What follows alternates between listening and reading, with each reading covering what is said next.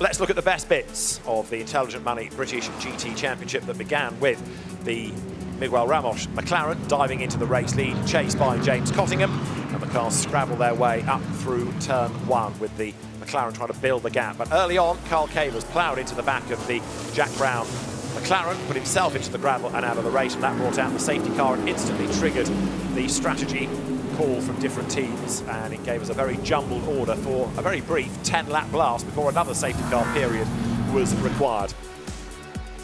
That was a rather longer one, and when we went racing again, John Ferguson was one of the men up front, but working his way through the pack was James Cottingham. So too Kevin Say and Chris Froggatt. Until that car, Kevin Say at the wheel, was involved with Miguel Ramos. Ramos with damage, limped into the pits and retirement. And then more drama, that did for the Lucky Carer McLaren that had been running in that leading group on the restart.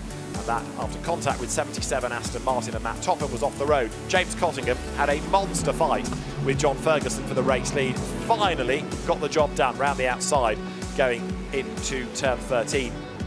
And that put him up into the lead of the race. Sandy Mitchell was able to wriggle his way through the traffic. Great racing going on all the way through the field, with the drivers heading towards the third and final round of pit stops.